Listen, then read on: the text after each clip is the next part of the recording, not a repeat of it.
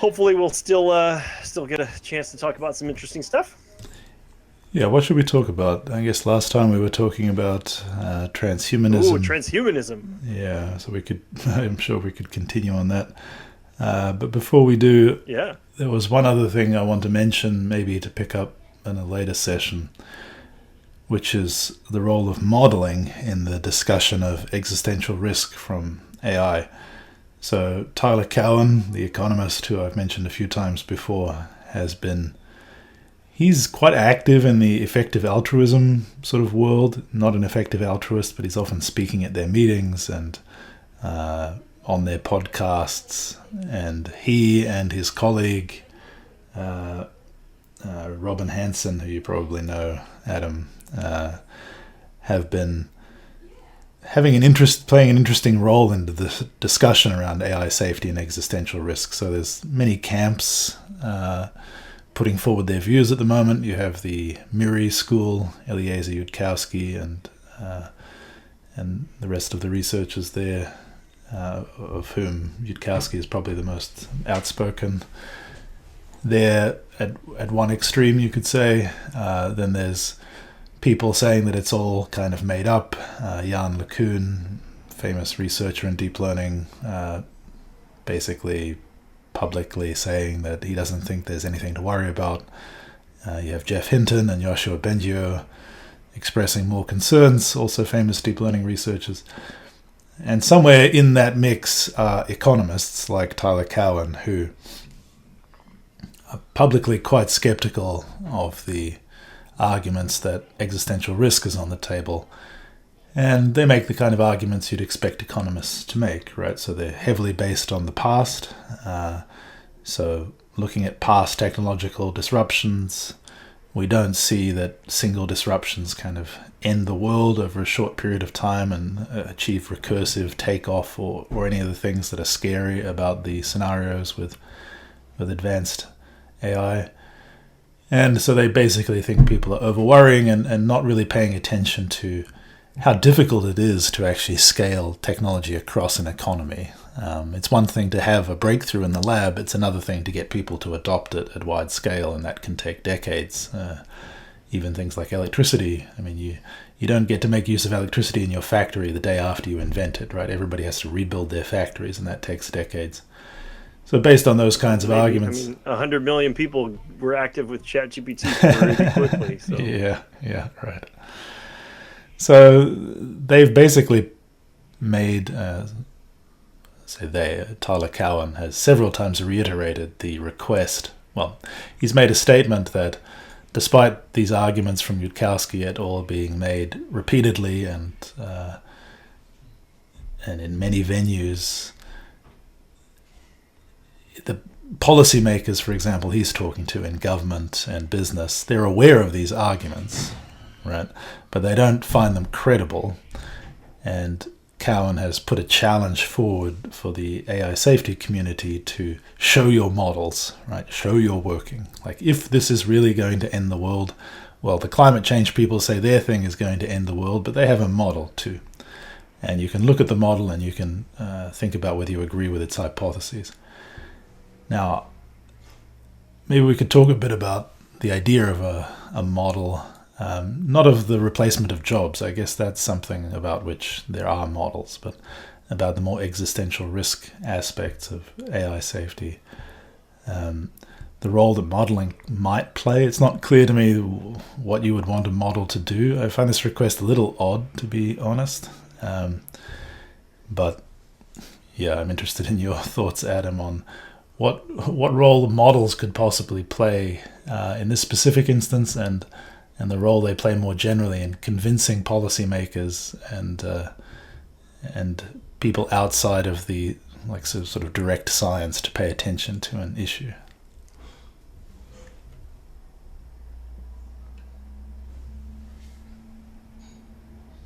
Yeah, it's it's just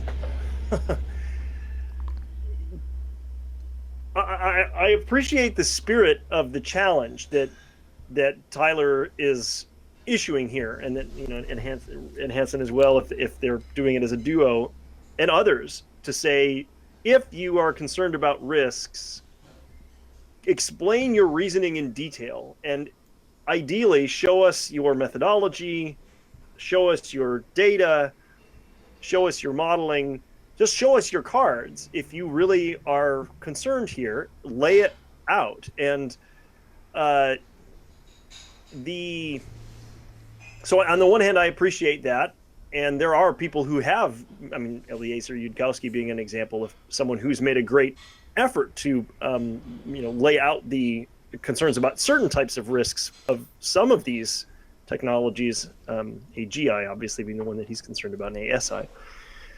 But as far as the general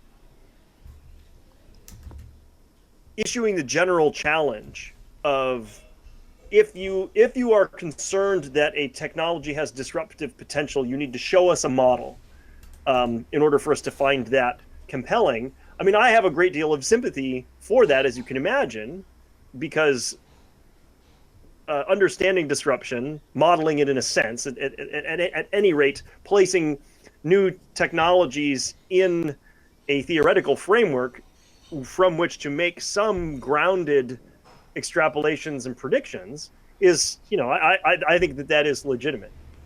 However, in this particular case, with this particular technology, as we've been talking about in this seminar, this one may be different. And I think that is the concern. Most of the prominent voices that are expressing concern have that as an embedded assumption. This time the technology is different. There's something special, something different, something extraordinary that breaks the mold about AI. And even in the narrow sense, even setting aside AGI, artificial superintelligence, a full singularity, and so forth, the thinking here is that this technology is so sweeping and so profound and will have so many impacts across so many domains, many of which will be difficult to predict.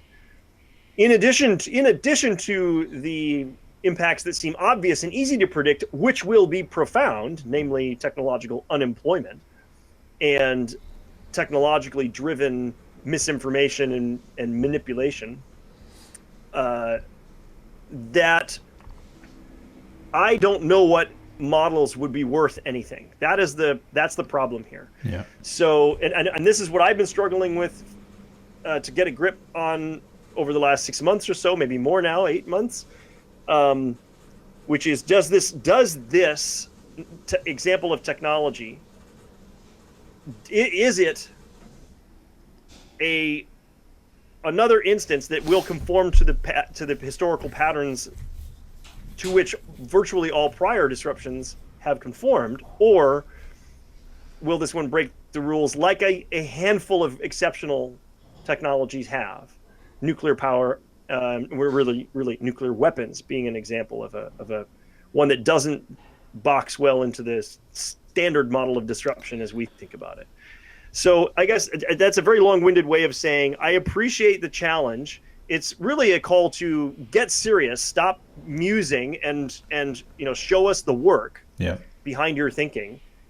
But having said that, I don't know what any convincing work could look like. And because I don't know what I can't even imagine exactly what a model that would convince me to be concerned about these risks more than I already am. I don't know what that would look like. And because I don't know what that would look like, in the context of a general intuition that there really is something here to be concerned about, I don't think that this is a sort of drop the mic moment that Cowen and Hansen are doing here, which is, oh, well, if you can't convince us with the formal tools of reasoning that we've come to expect, in the past, based on the past, then we don't need to take you seriously today. This time around, I think there is enough extraordinary circumstance here to not sustain that as an objection. So, yes, while I'm sympathetic and I think it's a good idea, and if anybody wants to step forward and show their work, great. And if it's compelling, awesome. If nobody does, if nobody's able to, I don't think that changes my mind about how concerned we ought to be about any of this. Yeah, I guess my intuition is that I don't. Maybe this puts modeling on, gives it an epistemic status that I don't think is really appropriate. I mean, I look at the IPCC reports and the climate change modeling, and I don't come away feeling that I have seen like a direct path to the truth of the future or something. I see. Well, it's not. I mean, of course, you get out information that's. I mean, I don't actually know how to incorporate very complex models like that into. I mean, it's a different kind of science to going out and examining phenomena, right? And I do worry that modeling of that kind and of the kind that Cowen is asking for often takes the form of laundering your intuitions in the way that, you know, philosophers do, right? You start with an intuition, you come up with a complex looking theory, but really it's just like directly downstream of your intuitions, and it's packaging them in a way that makes them look not so much like intuitions but rather facts of the universe. I can see easily that, I mean, what model would you give of existential risk? Well, if you put recursive self-improvement in it, all the numbers go to infinity, and if you don't, they don't. Well, okay, then your model shows big numbers. Well, is that any more than just the intuition that you can find in Yudkowsky's blog posts? Like there's a famous one, Microeconomics of an Intelligence Explosion, which we've looked at, which isn't a model, but it basically exhibits the kind of runaway growth in intelligence that is the concern, and was the concern as soon as people saw the possibility of chain reactions in neutrons hitting uranium atoms. Once you see that nuclear physics, you can see a bomb is possible 20 minutes later, and people did. You didn't need to model that exactly. It's not a model, it's just like you know some basic facts about the phenomena and you make some pretty straightforward deductions, and then you see, well, we might be toast. I don't really understand the role of modeling. I mean, obviously there are models like the kind of ones that you've shown us with energy, where you put in some very simple assumptions about how things interact and you get out some counterintuitive consequences, and it's not super complicated. And that gives you some intuitions and makes you make predictions, but it's more like I don't see an obvious thing to do with regards to existential risk in the same category. I don't know, Matt, if you had any thoughts about modeling existential risk in a way that would convince people who are currently skeptical. There are various attempts to do detailed timelines, detailed models for like when certain levels of capability will be reached, like human level, based on various references, like the amount of compute going on in the human brain multiplied by the factor of efficiency between like bird flight and airplane flight. So so it's like human engineered artifacts tend to be not as efficient in some dimensions, like weight, when it comes to flying. So you could like take that as some kind of factor and then multiply it by the amount of compute going on in a human, and then you get like an estimate of how many parameters we need, how much compute we need to build a human level AI. I haven't looked into these models in detail, but there are like various different approaches people have proposed that are like this for modeling timelines. I think it's sometimes hard to evaluate these approaches, but yeah, there are plenty around. Let me see. To connect that to risk, I guess, then I'm not sure how much these detailed models go into the connection between certain levels of capabilities and the probability of an existential catastrophe. I'm not sure about that. They might go into that, or it might be sort of hard to make that, like, it might be a completely different problem to then think about how this capabilities will interact with the world so as to reach a positive or negative outcome. I'm not sure.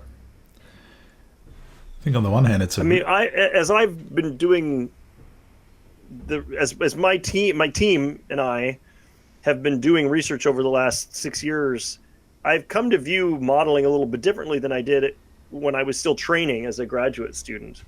And I guess I've gotten more skeptical about, or that's probably not the right way to put it. I've become more aware of and concerned about the problem of spurious sophistication in modeling. Mm-hmm. And as I see models and simulations that are, they are superficially very impressive because they're sophisticated. They've got so many bells and whistles. They have, tens, hundreds, sometimes thousands of parameters.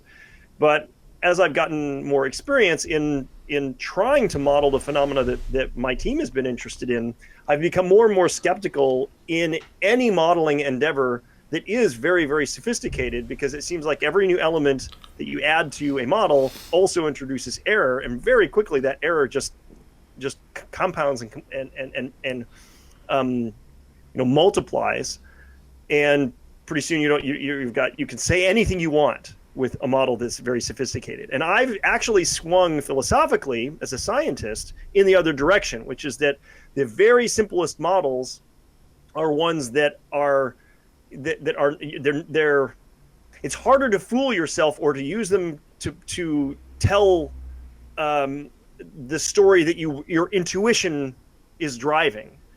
If a model is very simple and it doesn't conform to your intuition, it's harder to twist it into the shape you want. Whereas if you've got a lot of levers that you can pull and a lot of dials that you can twiddle with, it's easier to kind of twist the results, at least in my experience, into something that you expect.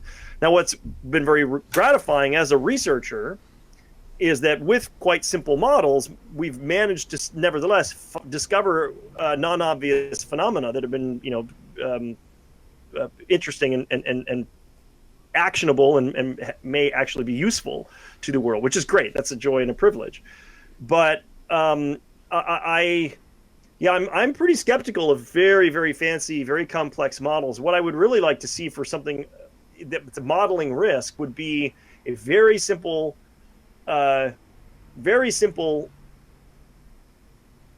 mechanism of explanation that showed why some important quantity or some important quality was very likely to shift by a non-trivial amount as a result of this new technology.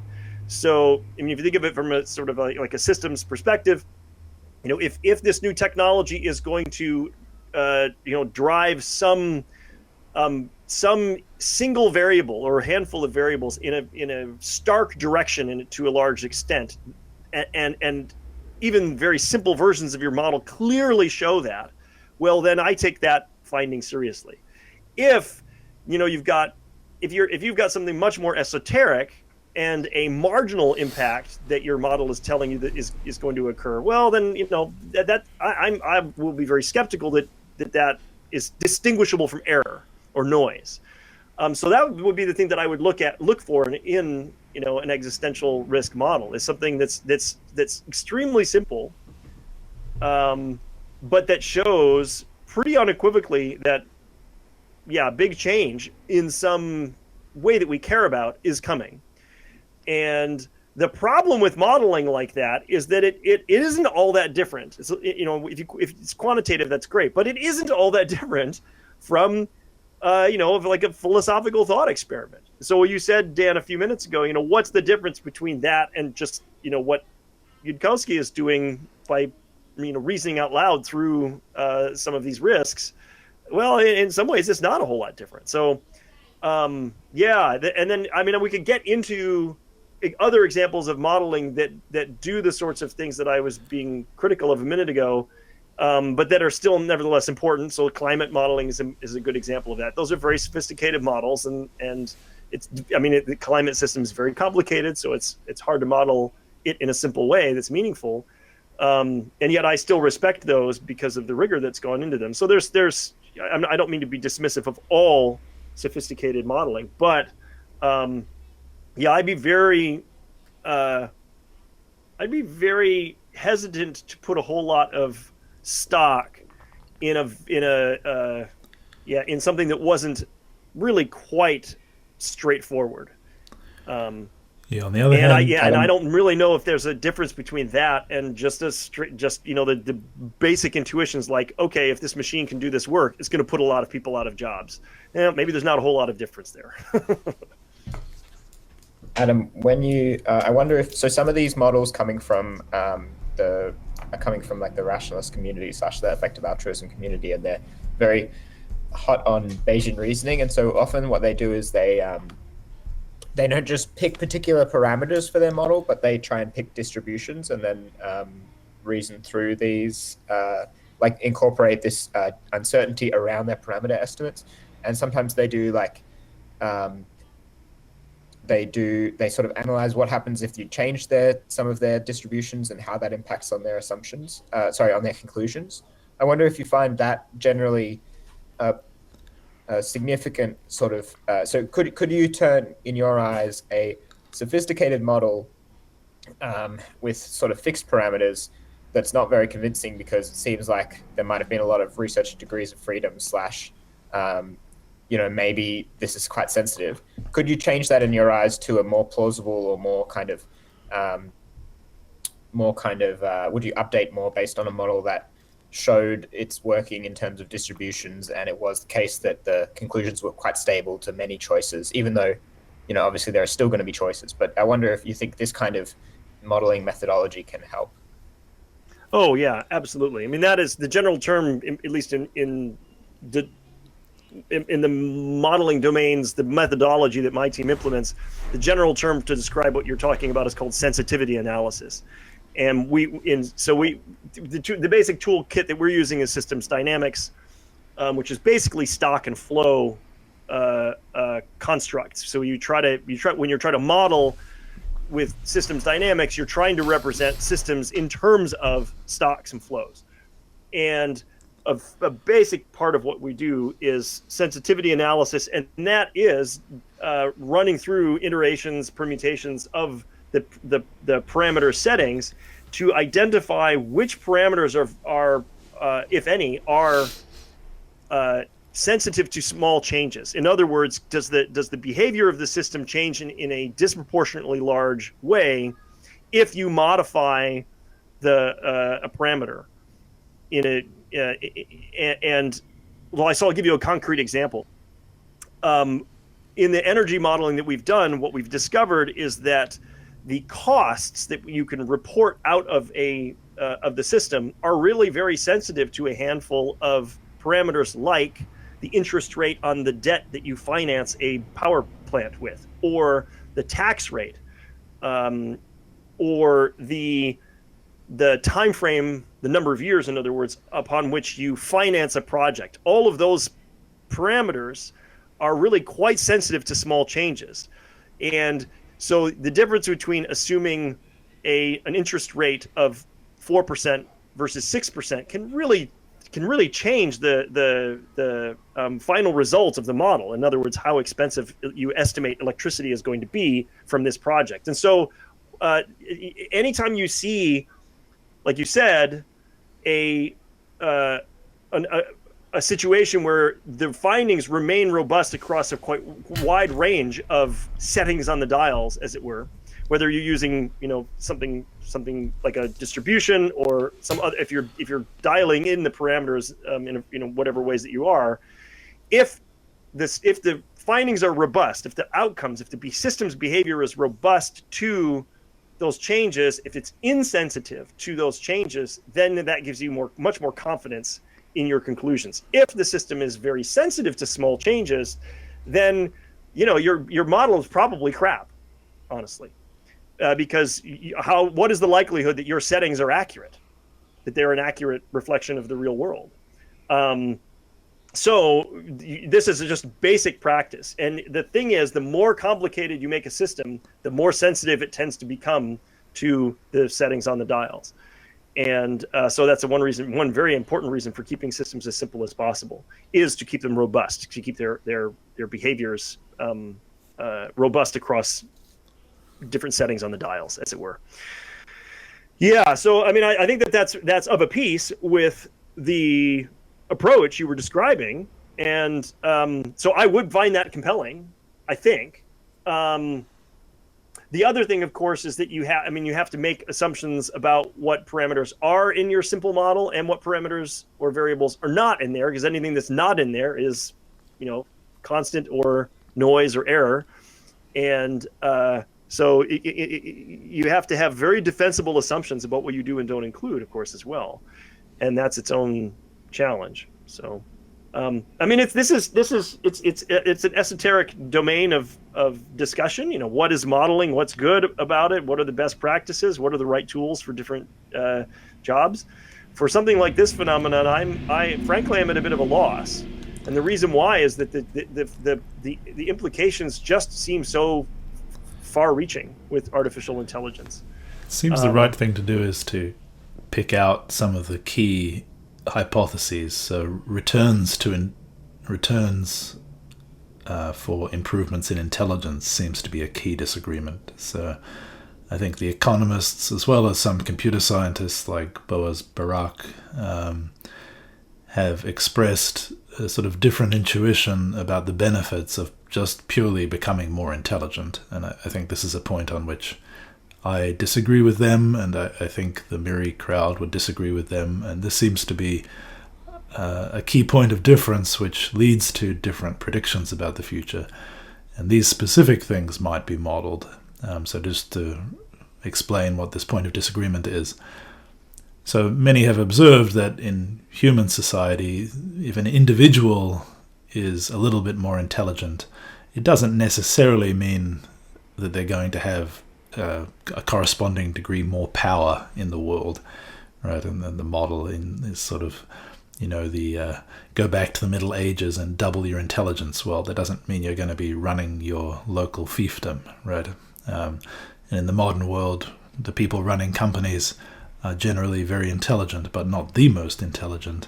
And similarly with positions of political power, wealth, the returns to intelligence are there, but they're not, it's not that when you get up near the top of the distribution, you sort of just keep getting more power and wealth as you get more intelligent.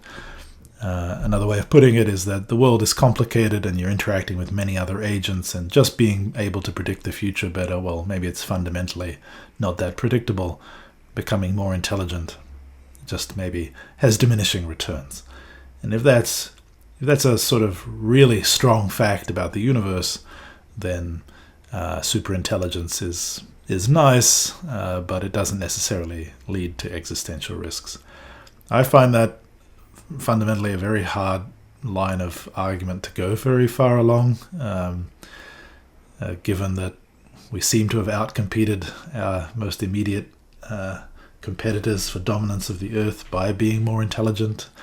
Organization is a form of intelligence, right? You need intelligence in order to form stable, long-term coalitions, or so it seems.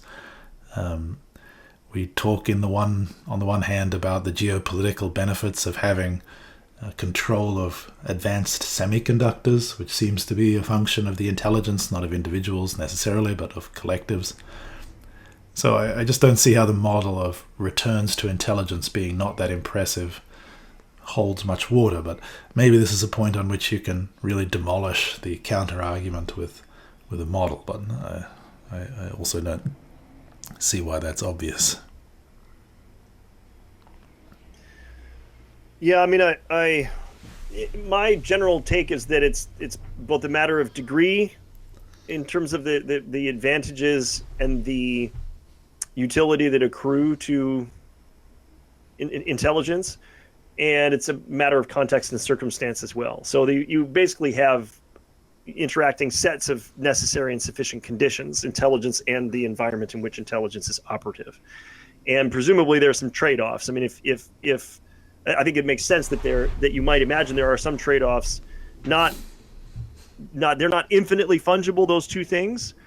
Like no matter how abundant resources are, if you're not smart enough, you can't utilize them. And the reciprocal of that is that no matter how intelligent you are, if resources are too constrained and too limiting, you aren't going to be able to achieve certain objectives or goals or outcomes or whatever on a given time frame. But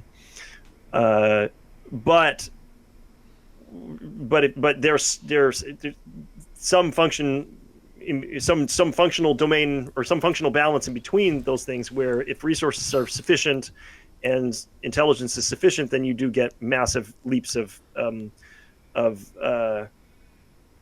success in goal seeking, and that those sorts of successes will tend to accumulate and feedback onto one another, onto themselves, and create feedback loops, amplification loops, and so forth.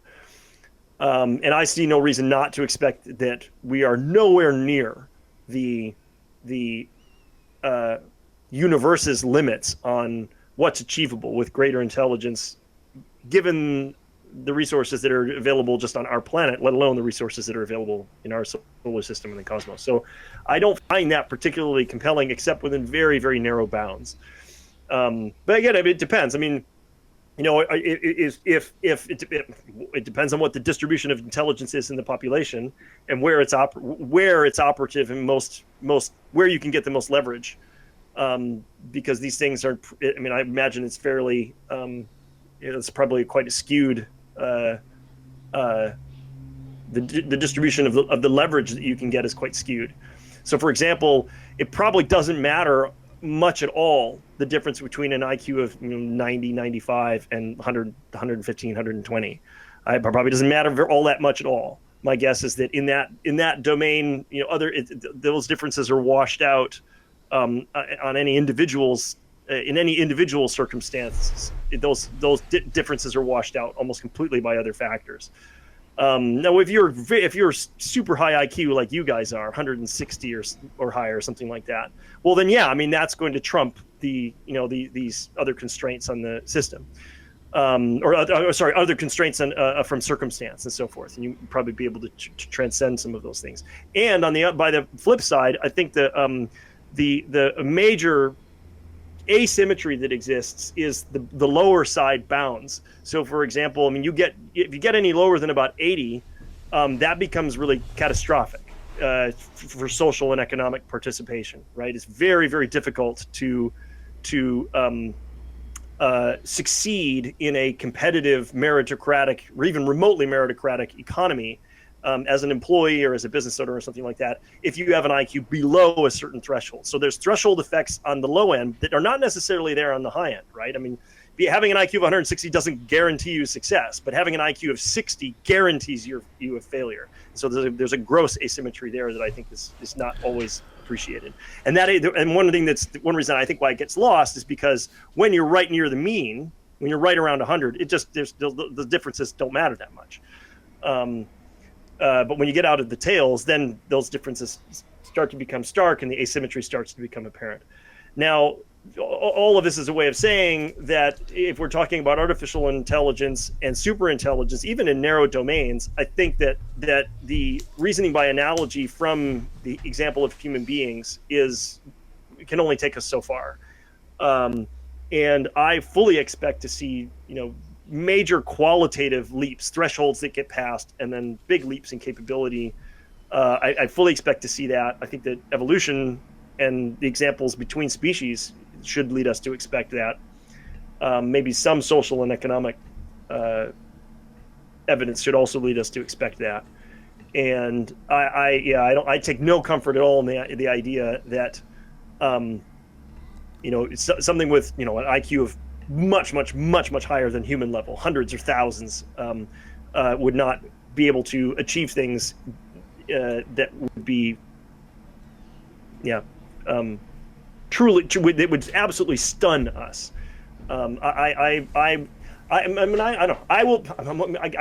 would put my confidence level very, very high, over 95%, that super intelligences will be able to do things that will simply astound us. And that it isn't going to be a matter of, this thing has an IQ of 800, sure, but it can't really do much more than a team of smart Google engineers or or a team of bright MIT grad students.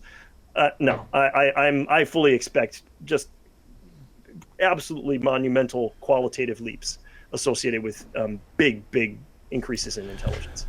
Yeah, I think some people's intuitions about the limits to benefits of improvements in intelligence hinge on imagining a fixed context, which is more or less like today's economy. So if you have a basically human economy and then a tiny pocket, you have a sort of one AI somewhere, even if it's very good, well, to take over the economy, it has to do something and interact with the slow meat bags out there. And there's limits to how much you can get done as one AI surrounded by humans in a human economy, because the humans are slow. You can invent all sorts of new gadgets, but the humans won't rebuild their factories to use them. And so it just seems like, you're stuck in molasses. So even if, you have all sorts of big dreams and good ideas as a AI that wants to take over the world, well, there's a limit to how quickly you can get things done, because you have to factor that through the meat bags, and they're slow.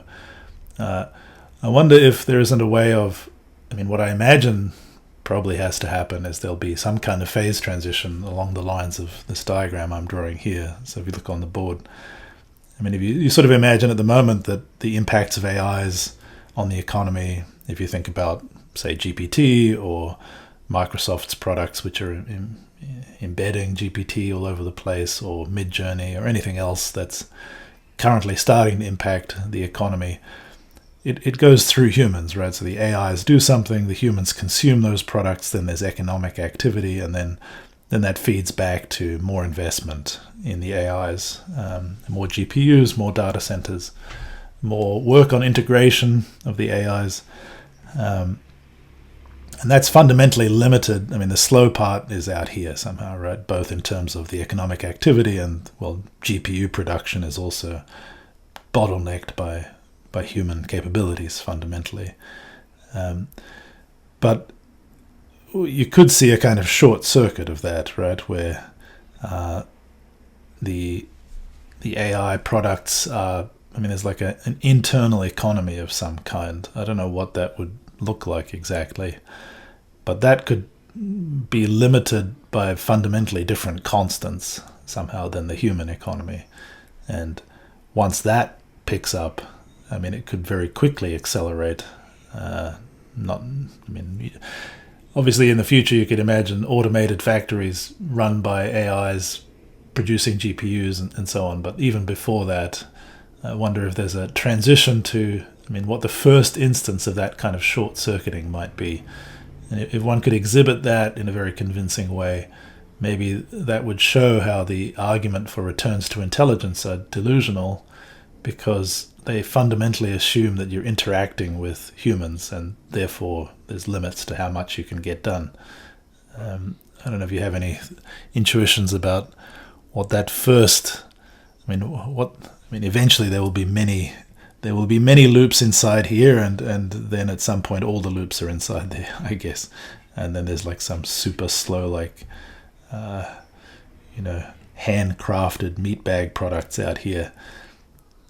But how does that begin? What's the simplest near-term example? I think I would just, let me add a little bit more context before, we try to answer that question.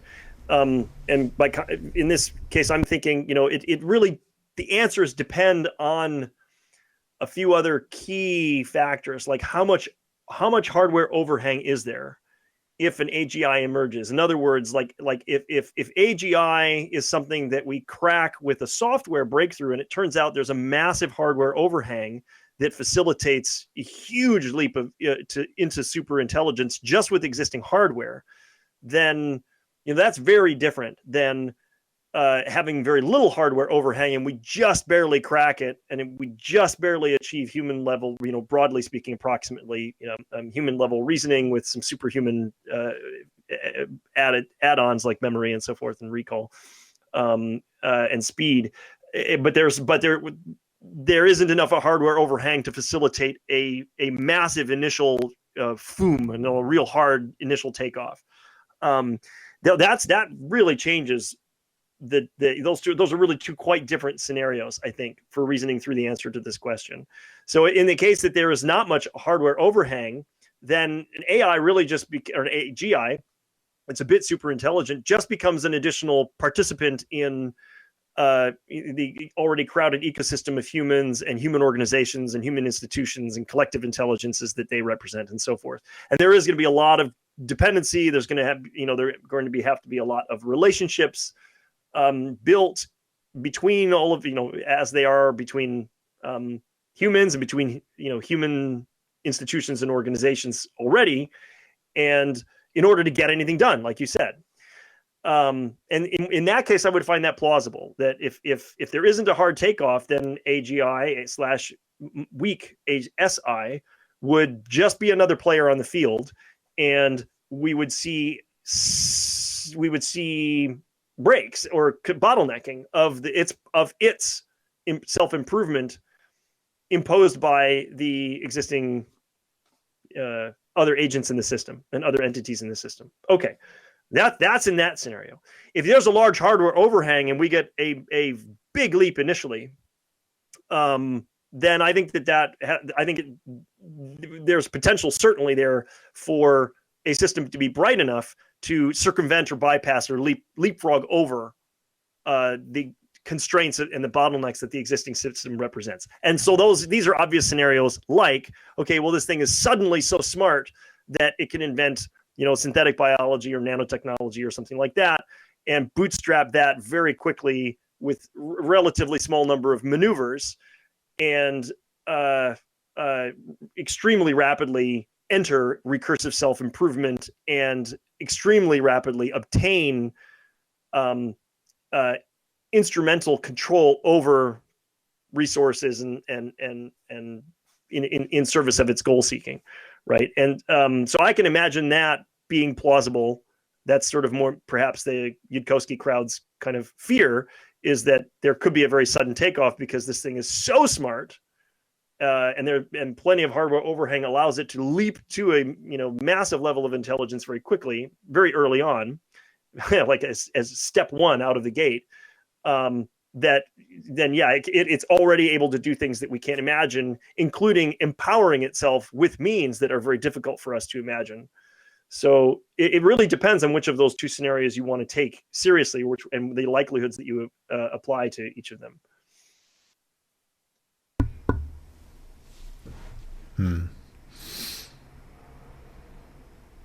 You guys, I'm really sorry. I do have to step out early this time. I wish I didn't have to, but no problem. Do carry on without me. And thanks again for the invite. And I will see you guys next week. Okay. Thanks, Adam. See you next time. Take care.